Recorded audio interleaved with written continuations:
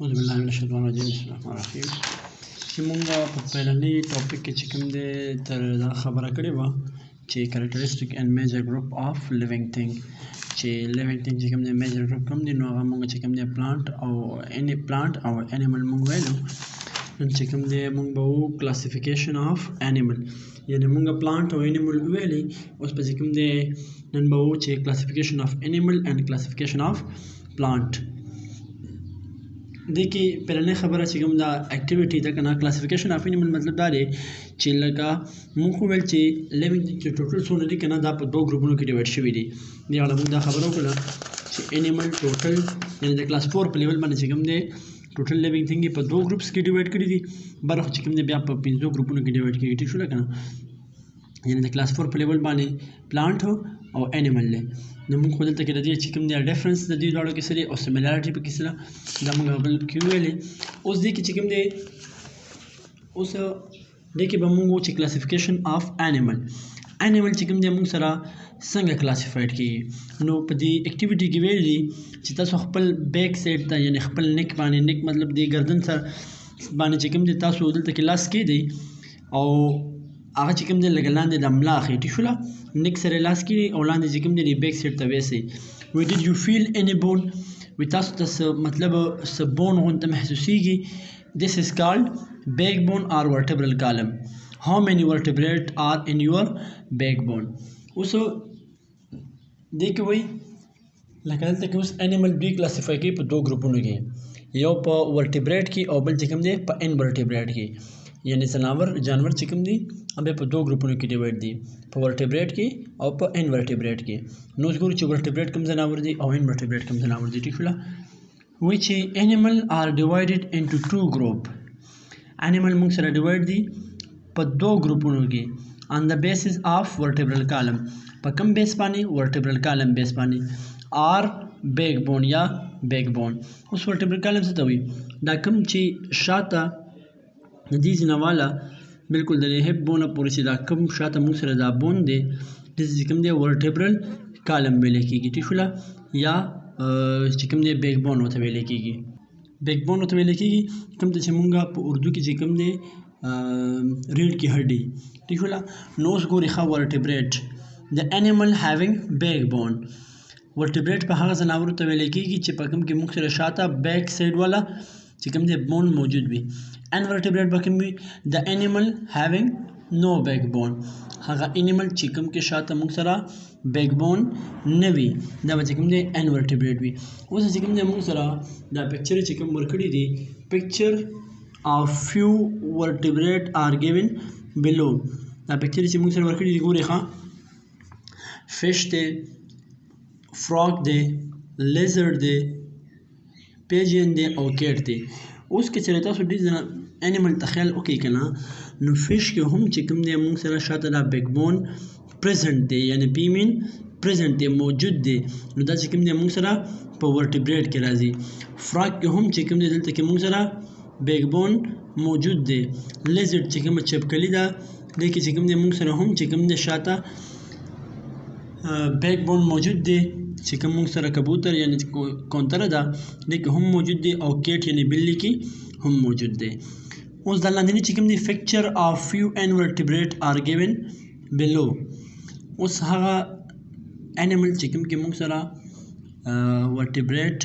یعنی دا بیک بون شاته نشته دی کوکروچ په تاسو پیژنئ دا کې چې کوم دی بالکل ورټیبریټ یعنی نو بیک بون دا کې موږ سره شاته چې کوم دی بیک بون نشته دی هنی بی د شاته ولا چې کوم مچې ده د کې موږ سره چې کوم دی بیک بون نشته دی بټرفلای به تاسو پیژنئ تتلی د کې هم چې کوم دی بیک بون نشته دی سټارفش شو اینډ سنیل خو به تاسو پیژنئ کنه دی به اکثر دی پټو مټو کې ویټی شو نو دا برنه چې کوم دی موږ سره د کې شاته ورټیبریټ یعنی دا بیک بون شته دی او په دې کې موږ سره بیک بون نشته دی ٹھیک شولا انیمل موږ سره کلاسیفای دي په دوه کې په ورټیبریټ او په انورټیبریټ او انورټیبریټ چې کوم دی موږ سره دادي او ورټیبریټ چې کوم دی موږ سره دادي ها اوس دی غلا د اکټیویټي کې وی چې paste picture of various animal in your scrapbook divide them into vertebrate and invertebrate which of these are found in Pakistan کله سمپل خبره دا وکم مطلب تاسو یو کاغذ راوالئ او هلته کې چې کوم دی مختلف قسمه د انیمل کې چې پکچرې وي یا د انیمل نیمز وغیره وي نو هغه چې کوم دی تاسو ولیکئ که هغه څنګه چې دا هم انیمل دی دا هم انیمل دی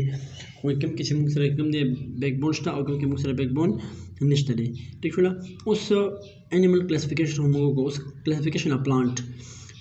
هم چې کوم دی اوس په دوه کې چې کوم دی ډیوایډ دي یوزولي د پلانټ آر ډیوایډ انټو ټو ګروپس یو دی موږ سره فلاورینګ پلانټ بل دی چې موږ سره نان فلاورینګ پلانټ ټیک شوله هغه پلانټ چې کوم موږ سره فلاور کوي هغې ته فلاورینګ پلانټ وایي کوم چې موږ سره فلاور نه کوي هغې ته وایي نان فلاورینګ پلانټ اوس پلانټ ته ګورئ فلاورینګ پلانټ ته فلاورینګ مین پول والے پلانټس پلانٹ آن وچ فلاور گرو آر کالڈ فلاورنگ پلانٹ هغه پلانٹ نان آن وچ هغه پلانٹ چې په هغې کې موږ سره فلاور ګرو کوي یعنې غټېږي هغې ته وایي فلاورنګ پلانټ لکه څنګه مسټرډ څه ته وایي دا کوم د شړشمو چې کوم بوټي دې ته مسټرډ وایي دې کې هم پلانټ وي سن فلاور کوم چې موږ انور پرست وو او روز یعنې ګلاب اینڈ گواوا اینڈ لیمن آر ایگزامپل آف فلاورنگ پلانٹ گواوا امرود وغیرہ او لیمن چې کوم دی ٹھیک شوله نیمبو وغیرہ دا چې کوم دی موږ سره فلاورنگ پلانٹ دي فلاورنگ پلانٹ مے بی هرب شرب اینڈ ټریز وی فلاورنگ پلانٹ چې کوم دی موږ سره په دې کې هرب هم کیدی شي په دې کې موږ سره چې کوم دی شرب هم کیدی شي په دې کې موږ سره ټریز هم کیدی شي اوس هرب شرب او ټری چې کوم دی غټو درخت وي او هرب او شرب چې کوم دی کنه هر خو بیخي دی وړو جاړي بوټي وغیرہ کنه او شرب چې کوم دی د دې لږ شان دی غټ وي چې مضبوطه تنه سټیم خو نه وي خو مطلب په نسبت د ټریز ډېر کم وي خو د هرب نه لږ شان دی ښه وي نو اوس وګورئ دا مسټرډ دی دا چې کوم دی روز دی دا سن فلاور دی ایپل دی اوس وګوره دا لیمن چې کوم دی وګوره دا موږ سره اوس فلاورنګ پلانټ دی خو مطلب ټریز کې راځي ټیک شوله ګواوا امرود وغیرہ دا هم چې کوم دی فلاورنګ پلانټ دی اوس دې علاوه چې کوم دی موږ نان فلاورنګ پلانټ د پلانټ آن وچ فلاور ډو ناټ ګرو آر کالډ نان فلاورنګ پلانټ که چېرې تاسو نه سمپل ډیفینیشن غواړئ که نه نو د سمپل ډیفینیشن کې د موږ داسې لیکلی شو اوس د پلانټ وچ فلاور ګرو آر کالډ فلاورنګ پلانټ او چې کله موږ نان فلاورنګ د پلانټ آن وچ فلاور ډو ناټ ګرو چې کوم دی هغه پلانټ چې کوم کې موږ سره فلاور ګرو نه کوي هغې ته ویلی شي نان فلاورنګ پلانټ لکه موس شو فرن شو اینڈ کونیفر شو ټیک شوله تاسو نو موس دا وګورئ موس تاسو به داسې لیدلی وي یا زیاتره چې کوم دی داسې دا داسې فلین غونته پراته وي بل چې کوم دی فرن دی او بل چې کوم دی موږ سره کونیفر کې چې کوم دی بیا مختلف دغه دي که نه لکه صنوبر وغیره دا ټیک شوله توجه چې کوم دی زیاتره موږ سره دا تاسو وګورئ دا بلکل داسې نږدې خپلو کې دغه رنګ داسې ټیک شوله and sagu palm are example of non-flowering plant. Picture of few non-flowering plant are given below. دا ټوټل چې څونه موږ سره دي که نه